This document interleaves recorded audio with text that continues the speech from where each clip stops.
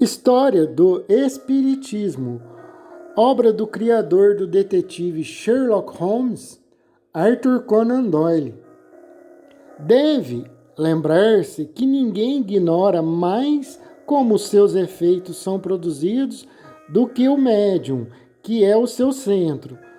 Um dos maiores médiums de efeitos físicos do mundo disse uma vez ao autor que jamais havia testemunhado um fenômeno físico, pois sempre se achava em transe quando estes ocorriam.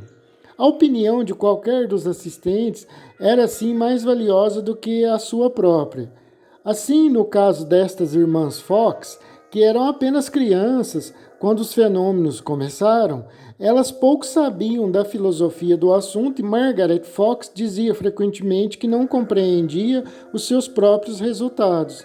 Se achava que ela própria possuía algum poder de produzir as batidas, por mais obscura que fosse a maneira por que as produzia, estaria em condições mentais para impugnar as acusações do Dr. Kane de que mistificava.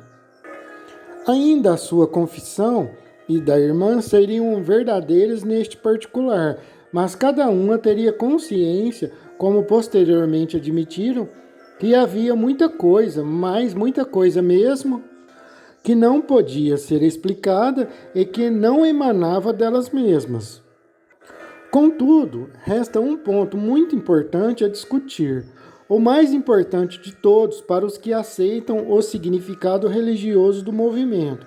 Para os não iniciados no assunto, um argumento naturalíssimo é a pergunta: são estes os vossos frutos? Pode ser boa uma filosofia, uma religião que produz tais efeitos sobre aqueles que ocultam um lugar destacado em seu estabelecimento? Ninguém pode subterfugir a uma tal objeção, a exigência de uma resposta clara, que muitas vezes foi dada e ainda necessita de repetição. Então estabeleçamos claramente que não existe mais conexão entre a mediunidade de efeitos físicos e a moralidade do que entre um ouvido apurado para a música e a moralidade. Ambos são puros dotes físicos. O músico pode interpretar os mais amáveis pensamentos e excitar nos outros as mais altas emoções, influenciando os seus pensamentos e elevando as suas mentes. Ele próprio pode não ser tão assim evoluído.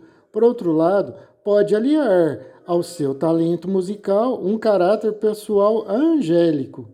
Apenas não existe absolutamente uma conexão entre as duas coisas, a não ser que ambas tenham o seu centro no mesmo corpo humano. Assim, na mediunidade de efeitos físicos, todos nós, ou quase todos, expelimos uma certa substância de nosso corpo, a qual tem propriedades muito particulares.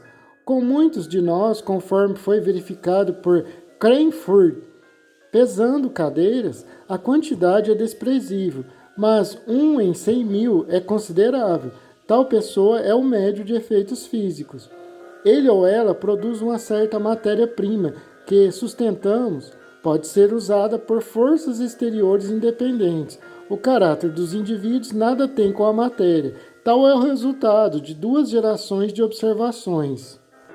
Se for exatamente como se verifica, de modo algum o caráter do médio será afetado pelo dom.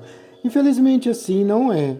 Em nossas atuais condições, o médio de efeitos físicos está sujeito a certos riscos morais que exigem uma forte vigilância, resistência para o suportar. Os desastres dos mais úteis e dedicados, porém, ser comparado podem às lesões físicas, perdas de dedos e de mãos nos que trabalhavam em raio-x antes que todas as propriedades destes fossem conhecidas. Foram tomadas certas medidas para contornar esses inconvenientes físicos, depois que um certo número deles se fizeram de mártires da ciência. Assim, os perigos morais serão evitados quando uma reparação tardia for feita aos pioneiros que se sacrificaram ao forçarem as portas do conhecimento. Esses perigos residem no enfraquecimento da vontade, na extrema debilidade após as sessões de efeitos físicos, na tentação de recuperar temporariamente as energias por meio do álcool, na tentação para fraudar quando as forças se ausentam e na possivelmente prejudicial influência de espíritos que cercam um grupo promíscuo, reunido mais por curiosidade do que por interesse religioso e também científico. O remédio é segregar os médios, dar-lhes ordenado em vez de pagar os resultados, regular o número de sessões e o caráter dos assistentes, e assim afastar deles as influências que sobrecarregam as irmãs Fox, bem como outros dos mais fortes médios do passado. Por outro lado, há médiums de efeitos físicos que agem por meio de forças tão poderosas e trabalham sobre tão religiosa orientação que constitui o sal da terra. É a mesma força que foi empregada por Buda e pela pitonisa de Endor. Os objetivos e os métodos de seu uso são determinantes do caráter. O autor disse que há pouca conexão entre a mediunidade de efeitos físicos e a moralidade. Poderiam imaginar que o fluxo do ectoplasma, sendo tão ativo num pecador quanto num santo, atuaria sobre objetos materiais do mesmo modo e produzindo resultados que teriam igualmente o bom efeito de convencer os materialistas da existência de forças invisíveis. Entretanto, isto não se aplica à mediunidade interna, que não se revela pelos fenômenos, mas pelo ensino e pelas mensagens, tanto dada pela voz dos espíritos ou pela voz humana, quanto pela escrita direta ou qualquer outra maneira. Aqui o vaso é escolhido para receber o conteúdo. Não se poderia imaginar uma natureza mesquinha como habitação temporária de um grande espírito. É preciso ser um Value-Owen para receber as mensagens de Value-Owen. Se um grande médium degenerar o caráter, esperarei que as mensagens cessem ou degenerem também. Daí, as mensagens de um divino espírito, tais como periodicamente são mandadas para sanear o mundo de um santo medieval, de Joana d'Arc, de Swedenborg, de Andrew Jackson Davis, ou do mais humilde médium de escrita automática de Londres, desde o impulso seja verdadeiro. São, na realidade, a mesma coisa, em graus diversos. Cada um é um sopro do alto e cada um marca com a sua personalidade a mensagem de que é intermediário. Assim, num vidro escuro, vemos esse prodigioso mistério, tão vital conquanto tão indefinido. É a sua mesma grandeza que o impede de ser definido. Fizemos um pouco, mas deixamos para trás muitos problemas para os que vêm depois de nós. Eles podem olhar as nossas mais avançadas especulações como elementares e ter pontos de vista que se estendam aos mais ditames limites da visão mental. Tendo tratado da família Fox e dos problemas que essa história levanta, teremos que voltar à América e observar os primeiros efeitos desta invasão de seres de uma outra esfera. Esses efeitos não foram inteiramente excelentes. Houve loucuras de uns indivíduos e extravagâncias de agrupamentos humanos. Uma destas, baseada em comunicações recebidas através da mediunidade de Mr. Benedict, foi o Círculo Apostólico. Começou com um pequeno grupo de homens muito crentes num segundo advento e que, através das comunicações espíritas, procuravam confirmar aquela crença. Obtiveram aquilo que proclamavam como comunicação dos apóstolos e profetas da Bíblia. Em 1849, James L. Scott, ministro batista do sétimo dia de Brooklyn, reuniu o centro em Auburn, qual se tornou conhecido como o movimento apostólico, cujo chefe espiritual era supostamente o apóstolo Paulo. A Scott uniu-se o reverendo Thomas Lake Harris e estabeleceram em Moonstone Cove a comunidade religiosa que atraiu muitos adeptos, até que, alguns anos depois, suas mistificações desiludiram e levaram à deserção os seus chefes autocráticos. Esse Thomas Lake Harris é certamente uma das mais curiosas personalidades de que temos notícia, e é difícil dizer quem predominava em seu caráter, se Mr. Jekyll ou o Dr. Hyde. Era feito de extremos, de modo que tudo quanto fazia era decididamente para o bem ou para o mal. Originalmente, fora um ministro universalista, de onde lhe vinha o prefixo reverendo, que usou por muito tempo. Separou-se de seus companheiros, adotou os ensinos de Andrew Jackson Davis, tornou-se um espírita fanático e, finalmente, como vimos, tornou-se um dos dirigentes autocráticos das almas e das bolsas dos colonos de Moonstone Cove.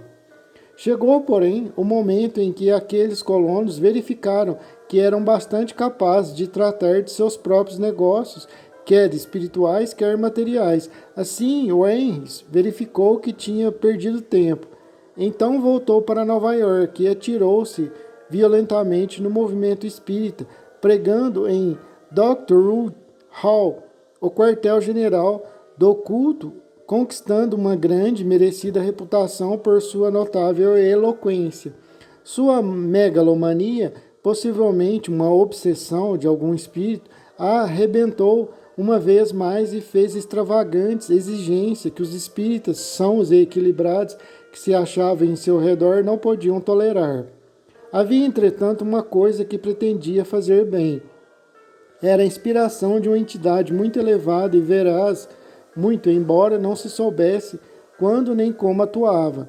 Nessa fase de sua carreira, ele ou alguma entidade, por seu intermédio, produziu uma série de poemas, como um lírico da Idade de Ouro, A Terra ao Amanhecer, e outros que, ocasionalmente, tocam as estrelas. Ferido pela recusa dos espíritas de Nova York em admitir as suas faculdades supranormais, o Harris foi então 1859 para a Inglaterra, onde ganhou fama por sua eloquência, demonstrada em conferências cujo principal tema era a denúncia de seus antigos companheiros de Nova York.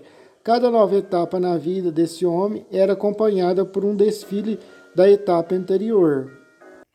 Em 1860, em Londres, a vida de Harris despertou subitamente um maior interesse para os britânicos, principalmente para os que tinham afinidades literárias. O Harris fez conferências no Stawell Hall, onde foi ouvido por Lady Oliphant, que, tocada por sua selvagem eloquência, pôs o pregador americano em contato com seu filho, Lawrence Oliphant, um dos homens mais brilhantes de sua geração. É difícil determinar o ponto de atração, pois o ensino de Harris, nesta etapa, nada tinha de incomum no assunto salvo que ele havia adotado, o Deus Pai e a Mãe Natureza, ideia que tinha sido lançada por Davis Oliphant. Considerava o Harris um grande poeta, a ele se referindo como o maior poeta da época, ainda desconhecido pela glória. Oliphant não era um crítico vulgar. Mesmo assim, num período que contava um Tennyson, um Longfellow, um Browning e tantos outros, a frase parece extravagante.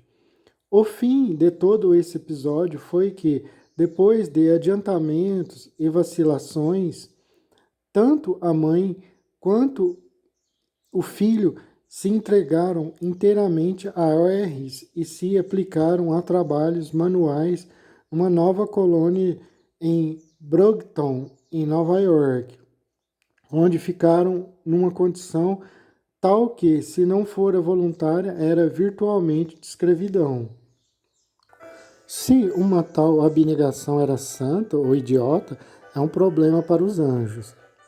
Certamente parece idiota, quando se sabe que Lawrence Oliphant teve a maior dificuldade em tomar férias para se casar e que exprimiu humildemente o seu agradecimento ao tirano quando, finalmente, a licença lhe foi concedida. Ele foi deixado livre para fazer as reportagens da Guerra Franco-Alemã de 1870, o que fez da brilhante maneira que dele se podia esperar.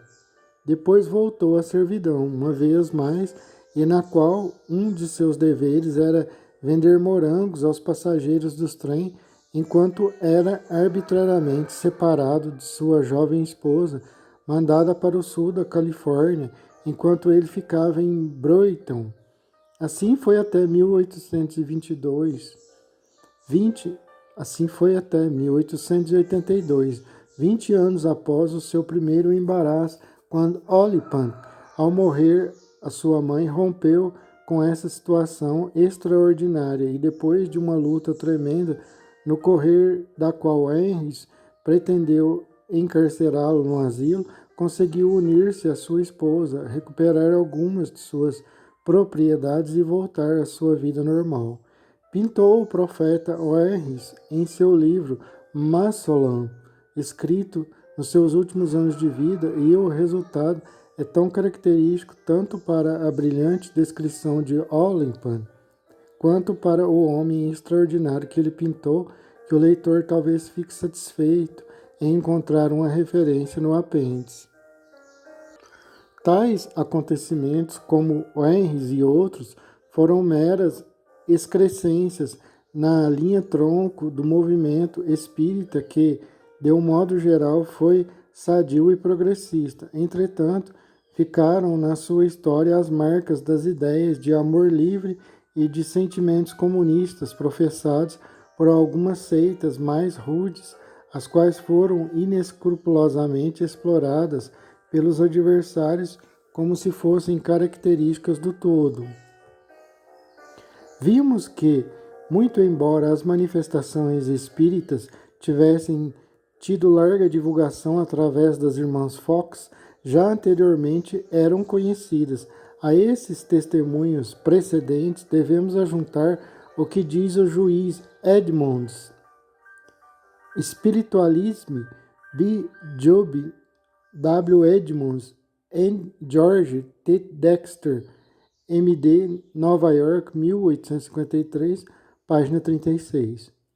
Foi mais ou menos há 5 anos que o assunto atraiu a atenção pública, muito embora se verifique que uns ou 10 ou 12 anos antes houve algo no gênero em diferentes lugares no país, mas que havia sido ocultado, tanto por medo do ridículo quanto pela ignorância do que isso fosse.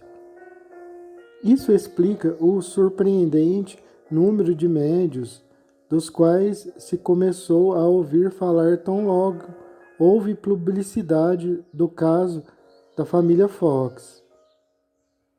Não era um novo dom que exibiam, mas apenas uma ação corajosa em torná-lo largamente conhecido, que levava outros a se adiantarem e confessar que tinha o mesmo poder. Também esse dom universal da mediunidade, pela primeira vez, começou a ser livremente desenvolvido. O resultado é que cada vez mais se ouvia falar de médiuns. Em abril de 1849, houve manifestações na família do reverendo H. Jerrys, ministro metodista de Rochester, e na casa do diácono Waley, nas vizinhanças da cidade de Greensea. Assim também 6 famílias na vizinha cidade de Auburn começaram a desenvolver a mediunidade.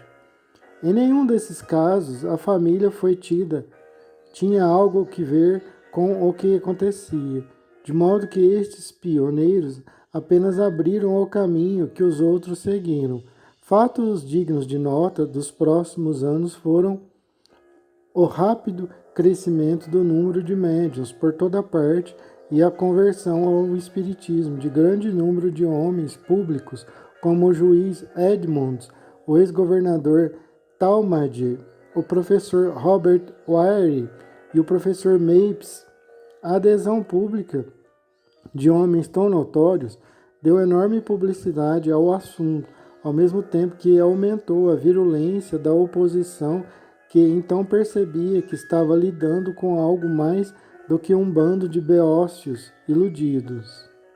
Homens como aqueles podiam fazer-se ouvir na imprensa diária. Houve também a mudança no caráter dos fenômenos.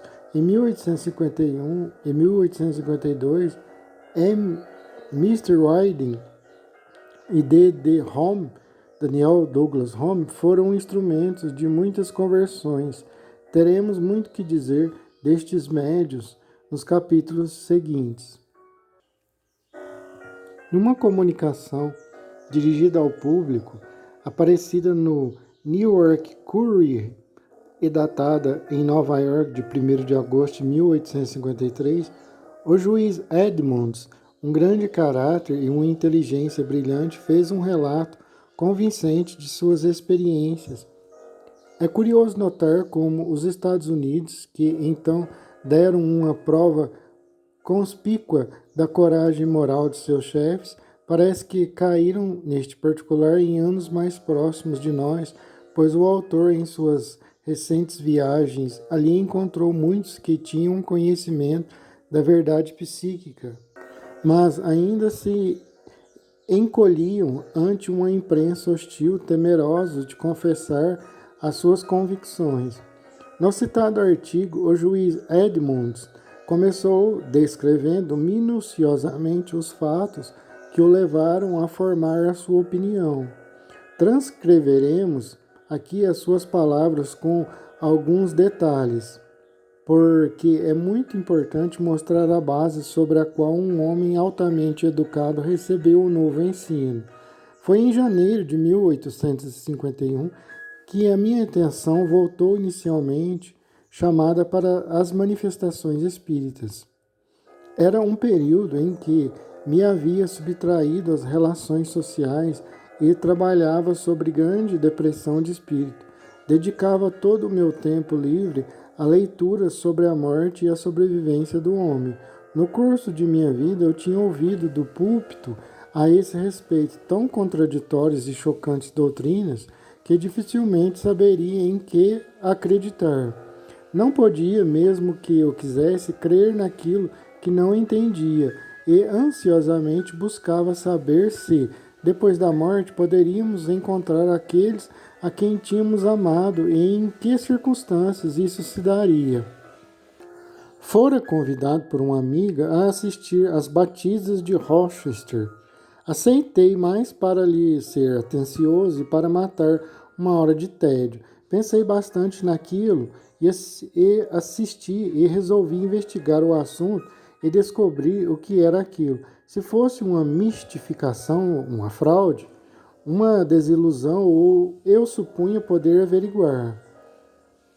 Durante cerca de 4 meses, dediquei pelo menos 2 noites por semana e às vezes mais em testemunhar os fenômenos em todas as suas fases.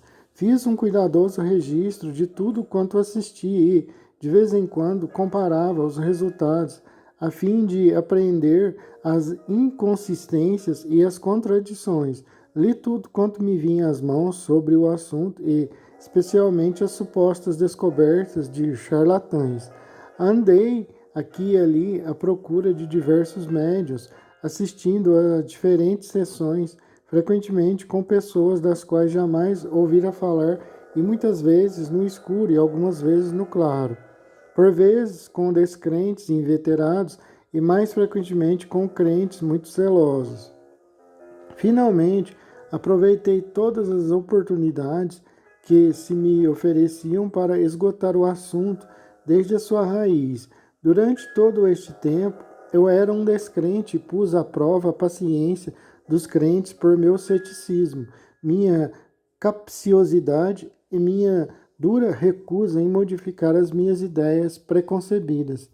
Vi em redor de mim algumas pessoas que passaram a crer em uma ou duas sessões, outras, nas mesmas condições, persistiam na mesma descrença, e algumas que recusavam o testemunho de todos e continuavam terminalmente incrédulas. Eu não podia tomar desses partidos, me recusava a crer enquanto não tivesse a mais irrefragável das provas. Por fim, a prova veio, e com tal poder que nenhum homem equilibrado lhe poderia negar fé. Como se vê, um dos primeiros entre os notáveis conversos, a nova revelação, tomou as maiores precauções antes de aceitar a evidência que o convenceria da autenticidade das manifestações espíritas. A experiência geral mostra que uma aceitação fácil de tais manifestações é muito rara entre pensadores sérios e que dificilmente se encontra um espírita eminente, cujo curso de estudos e de meditação não tenha consumido muitos anos. Isto forma um notável contraste com aqueles cuja opinião negativa é devida a um preconceito inicial e a relatos tendenciosos ou escandalosos de autores fanáticos. No excelente resumo de suas investigações, dado no artigo citado, um artigo capaz de converter todo o povo americano, se ele estivesse preparado para a assimilação, o juiz Edmunds mostra a sólida base de sua crença. Destaca que nunca estava só quando essas manifestações ocorreram e que teve muitas testemunhas. Também mostra as minuciosas precauções que tomou. Depois de confiar nos seus próprios sentidos, nas diversas fases do fenômeno, invoquei o auxílio da ciência e, com a assistência de um hábil eletricista e seus mecanismos, e 8 ou 10 pessoas inteligentes, educadas e sérias, examinei o assunto. Continuamos a nossa investigação durante vários dias e, para nossa satisfação, constatamos duas coisas. Primeiro, que os sons não eram produzidos por qualquer pessoa presente ou perto de nós. Segundo, que eles não se produziam à nossa vontade. Ocupa-se finalmente com as supostas charlatanices, segundo a expressão dos jornais, algumas das quais de vez em quando são verdadeiras expressões contra um ou outro vilão, mas que, em geral, causam maiores decepções conscientes ou inconscientes ao público do que os males que pretendem evitar. Assim, quando as coisas se encontravam neste pé, apareceram nos jornais várias explicações de fraudes e charlatanices, como costumavam dizer, li-as com cuidado na esperança de que me ajudassem em minhas pesquisas e apenas pude sorrir ante a ousadia e a futilidade de tais explicações. Por exemplo, quando certos professores ilustres de Buffalo se congratulavam por haverem localizado no artelho e no joelho do médium a causa das manifestações, estas se transformaram num toque de campainha colocada debaixo da mesa. Era como a solução dada posteriormente por um ilustre professor na Inglaterra que atribui as batidas na mesa a uma força especial das mãos colocadas sobre ela, pondo de lado o fato de que, muito frequentemente, as mesas se movem quando não há mão sobre elas. Depois de focalizar a objetividade do fenômeno, o juiz aborda a questão mais importante da sua fonte. Comenta o fato de ter tido respostas a perguntas mentais e verifica que mesmo os seus mais secretos pensamentos foram revelados e que ideias que ele propositadamente havia mantido em segredo tinham sido manifestadas. Também observa que os médios tinham usado grego, latim, espanhol e francês, mesmo ignorando essas línguas. Isto o leva a considerar se as coisas não podem ser explicadas como um reflexo da mente de alguma outra criatura viva. Essas considerações foram exaustivamente examinadas por todos os pesquisadores, pois os espíritas não aceitam a doutrina de um fato, mas passo a passo examinando cuidadosamente cada etapa. A tarefa empreendida pelo juiz Edmund é a mesma empreendida por outros. Ele dá a seguinte explicação para a recusa da influência de outras mentes. Fatos estão completamente desconhecidos.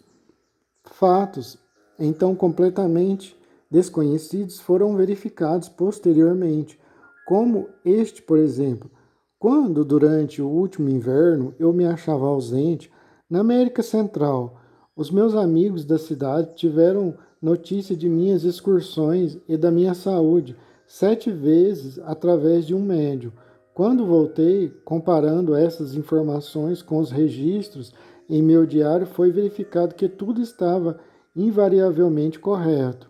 Assim também, em minha recente visita ao Oeste, o meu giro e as minhas condições de saúde foram ditos a um médium dessa cidade enquanto eu viajava por estrada de ferro em Cleveland e Toledo. Assim, muitas ideias me foram comunicadas sobre coisas que não estavam em minha mente e que eram absolutamente distintas de minha opinião.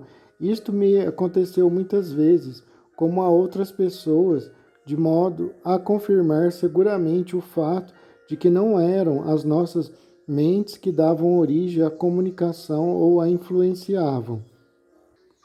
Trata então desse maravilhoso desenvolvimento, chamando a atenção para o seu tremendo significado religioso, em linhas gerais, assunto que é focalizado no capítulo seguinte desta obra.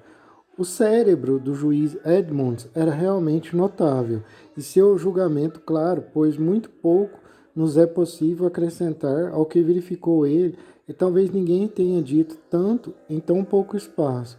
Como frisamos, o Espiritismo mostrou-se consistente desde o início e os mestres e os guias não confundiram as suas mensagens.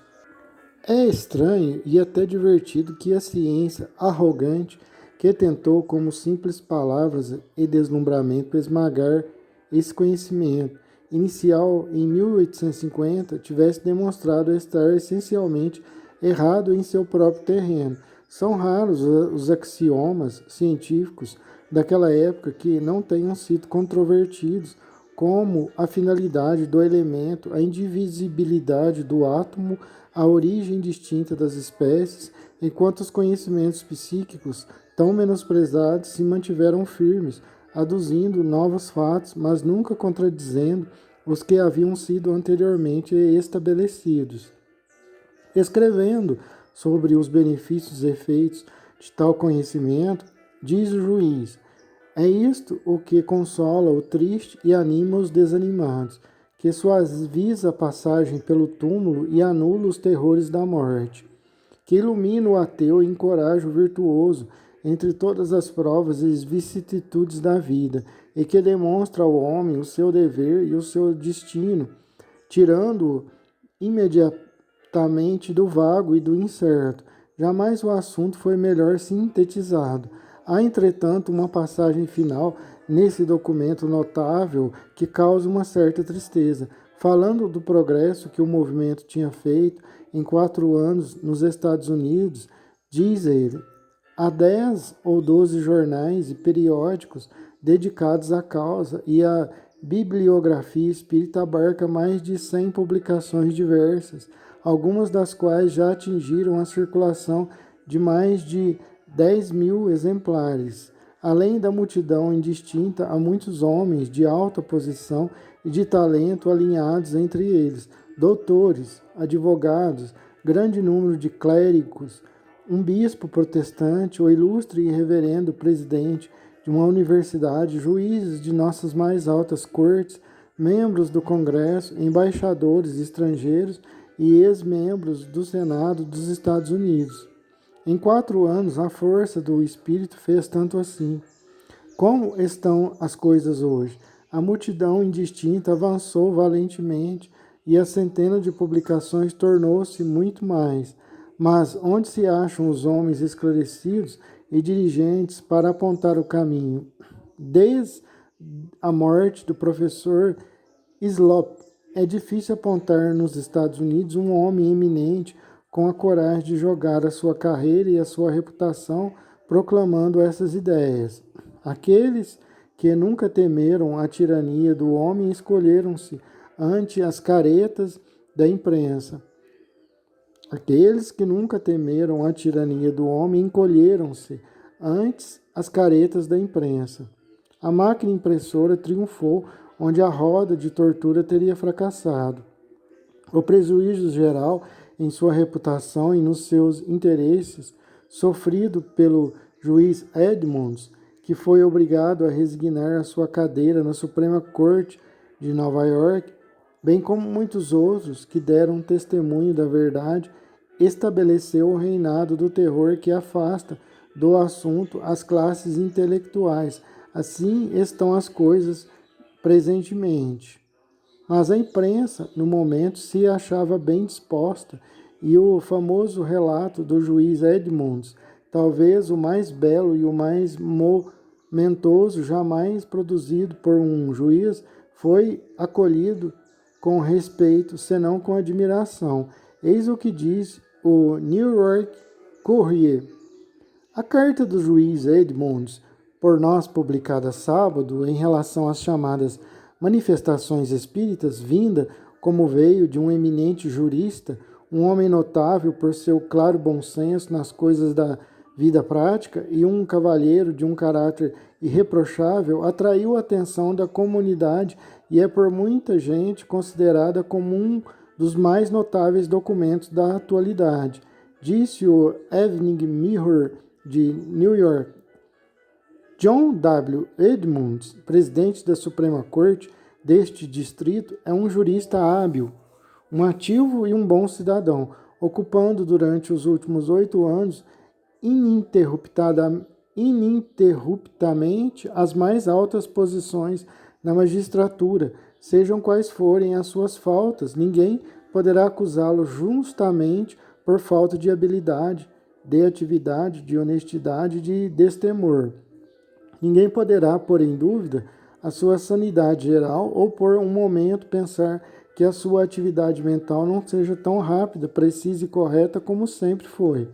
Tanto pelos advogados como pelos solicitadores no seu tribunal, ele é reconhecido como a cabeça de fato e de mérito da Suprema Corte deste distrito. Também é interessante a experiência do Dr. Robert Wire, professor de Química na Universidade de Pensilvânia, porque ele foi um dos primeiros eminentes homens de ciência que, disposto a desmascarar as ilusões do espiritismo, tornou-se por fim um crente decidido. Foi em 1853 que, segundo suas próprias palavras, sentiu-se chamado por um ato de dever para com a humanidade a trazer toda a influência que possuía no sentido de estacar a maré de loucura popular que, desafiando a razão e a ciência, estava se alastrando rapidamente em favor da grande ilusão chamada Espiritismo. Uma carta denunciadora sua, publicada nos jornais da Filadélfia, onde vivia, foi transcrita por outros jornais do país e serviu de texto a numerosos sermões. Mas, como no caso de Sir William Crookes, muitos anos mais tarde, o júbilo foi prematuro.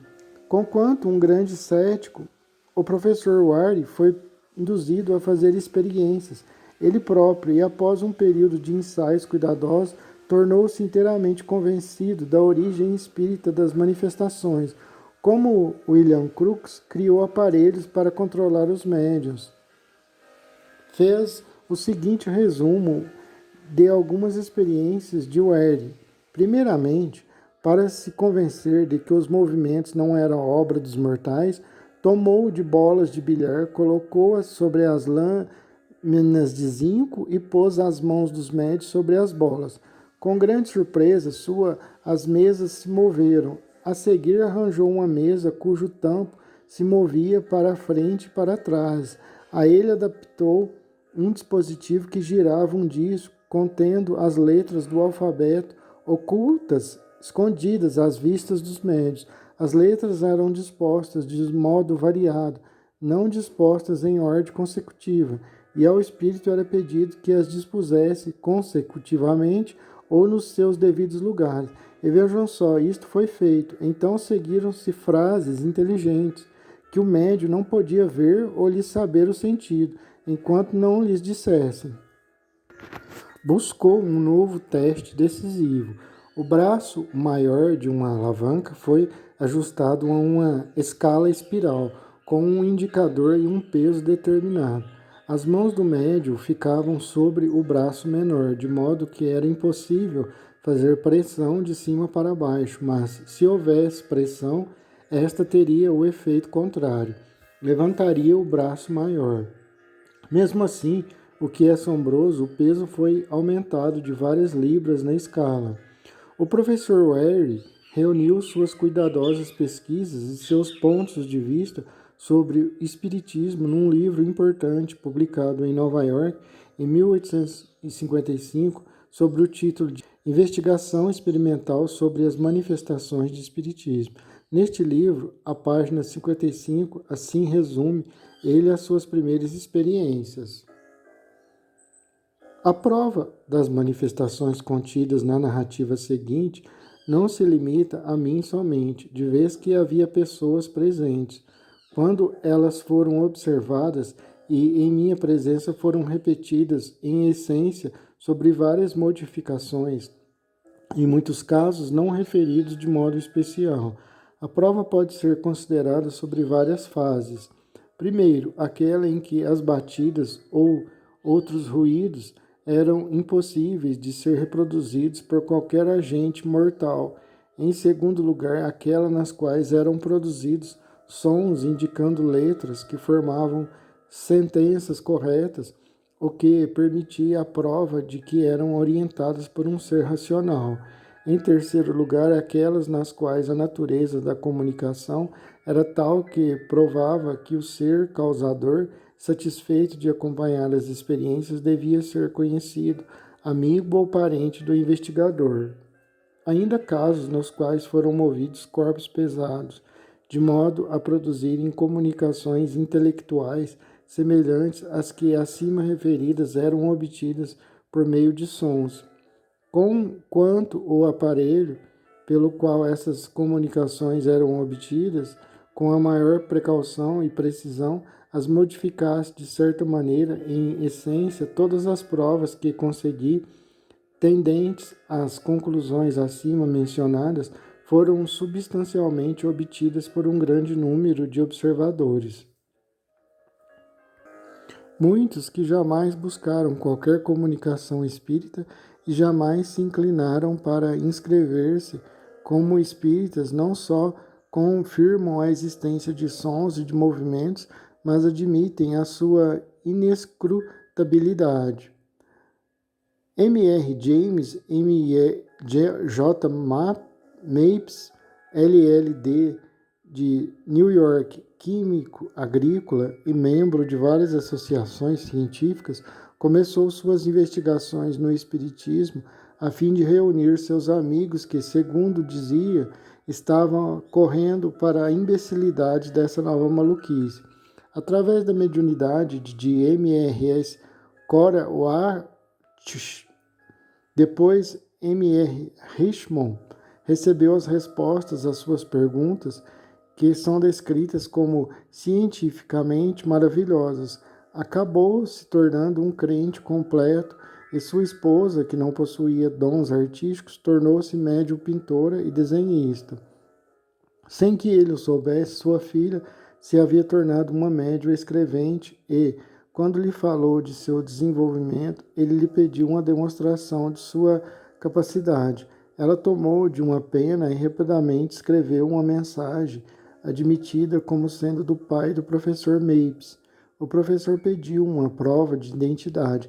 Imediatamente a mão da filha escreveu: "Você pode se lembrar que lhe dei, entre outros livros, uma enciclopédia. Olhe a página 120 desta e aí encontrará o meu nome, que você jamais notou. O referido livro estava guardado, com outros num depósito. Quando o professor abriu a caixa, que jamais havia sido tocada há 27 anos, com grande admiração viu o nome do pai escrito à página 120. Foi tal incidente que levou o primeiro a uma séria investigação, pois, como seu amigo professor Ware, tinha sido até então um materialista convicto.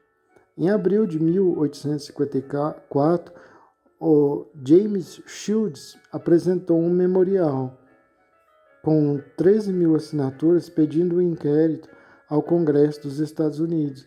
Encabeçava a lista o nome do governador Talmadge, depois de uma discussão frívola na qual M.R. Shield, o apresentante, se referiu à crença dos signatários como devida a uma ilusão, filha de uma educação defeituosa ou de desarranjos das faculdades mentais. Foi decidido que o requerimento ficasse sobre a mesa. O fato foi assim comentado por M.R. e W. Capron. Modern Spiritualism, página 375.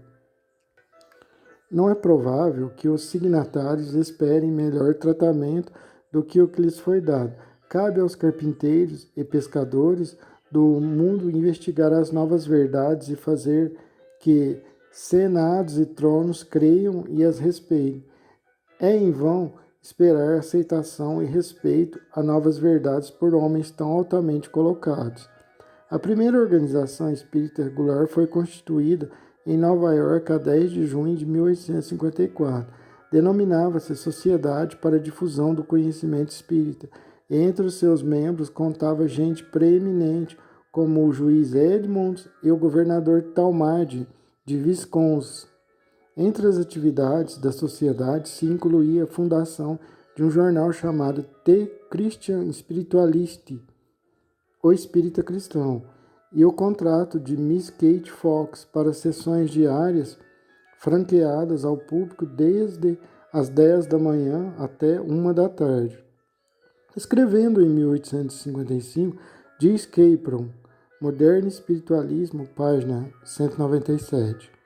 Seria impossível entrar em minúcias relativamente à difusão do espiritismo em Nova York até o momento. Espalhou-se pela cidade e deixou de ser curiosidade ou maravilha. As sessões públicas se realizam regularmente e a investigação se desenvolve. Mas os dias de excitação já passaram, e de todos os lados ele é olhado como algo mais simples que um truque. É verdade que o fanatismo religioso denuncia, mas sem disputar concorrência, ocasionalmente fazem uma pretensa exposição visando espetacular.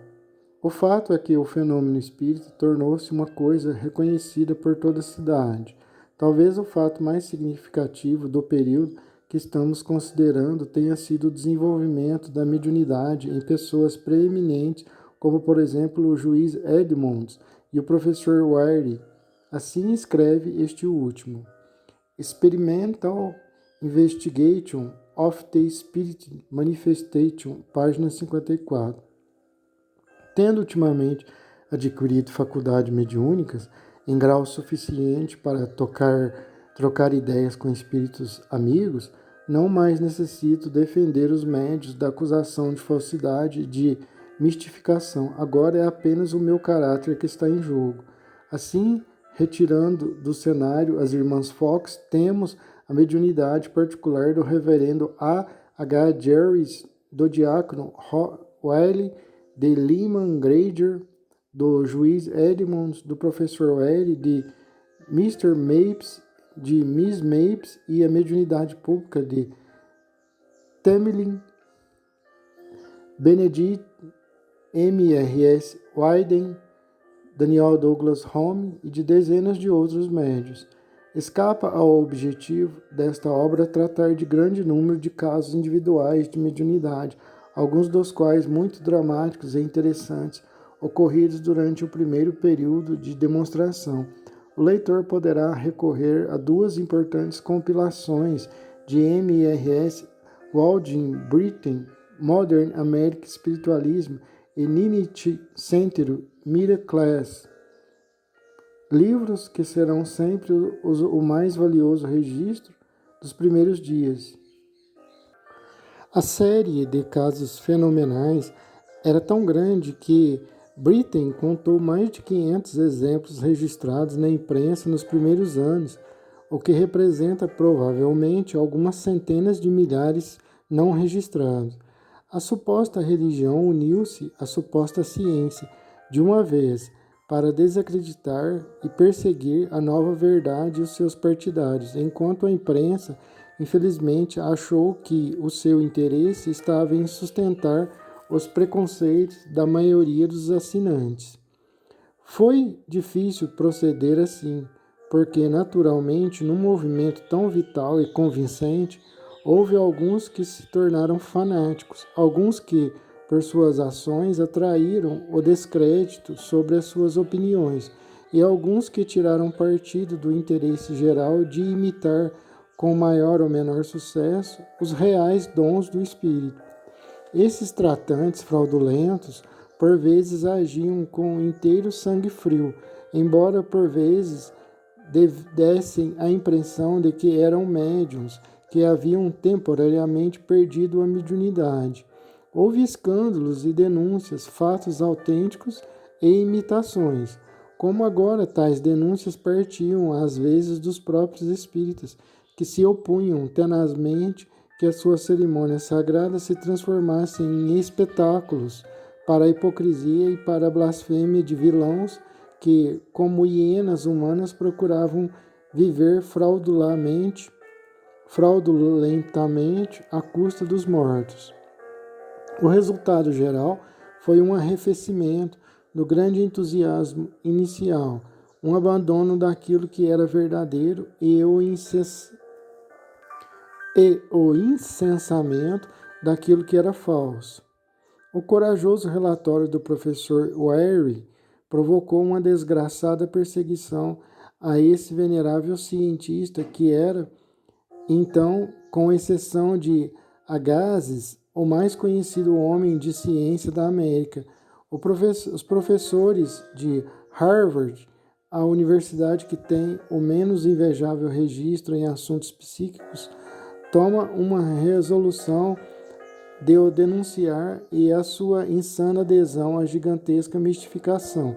Ele não podia perder a sua cátedra na Universidade de Pensilvânia, por isso que a ela havia renunciado, mas sofreu muito na sua reputação.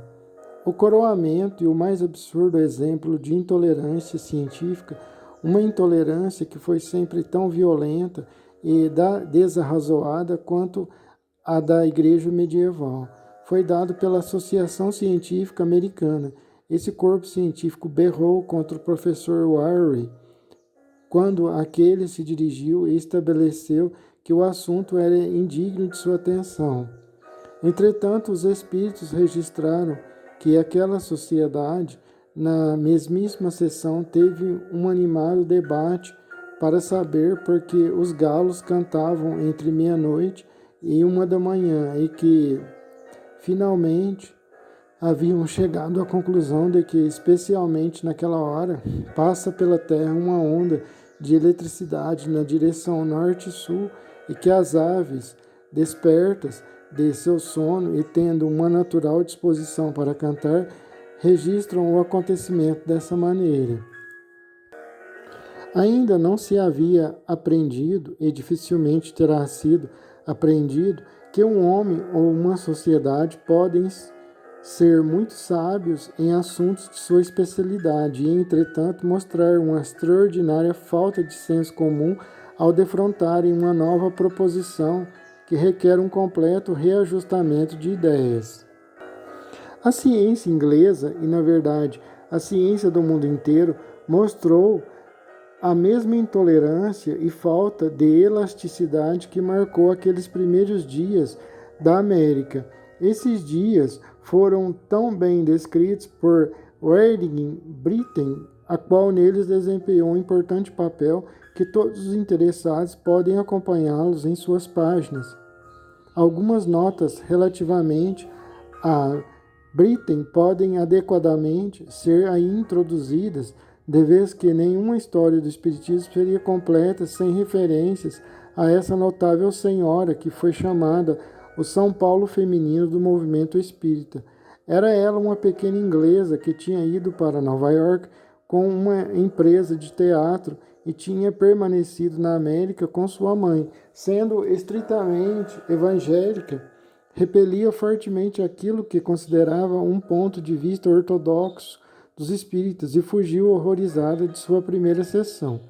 Depois em 1856, foi novamente posta em contato com o assunto e teve provas cuja veracidade lhe foi impossível pôr em dúvida. Logo descobriu que era também ela um poderoso médium e um dos melhores documentados e dos mais sensacionais casos no início do movimento foi aquele no qual ela recebeu a informação de que o navio Pacific tinha naufragado no Atlântico Médio, perecendo todos os passageiros, e foi perseguida pela companhia proprietária do navio por haver repetido o que lhe havia dito o espírito de uma das vítimas da catástrofe. Verificou-se que a informação era exata e o navio jamais foi encontrado depois.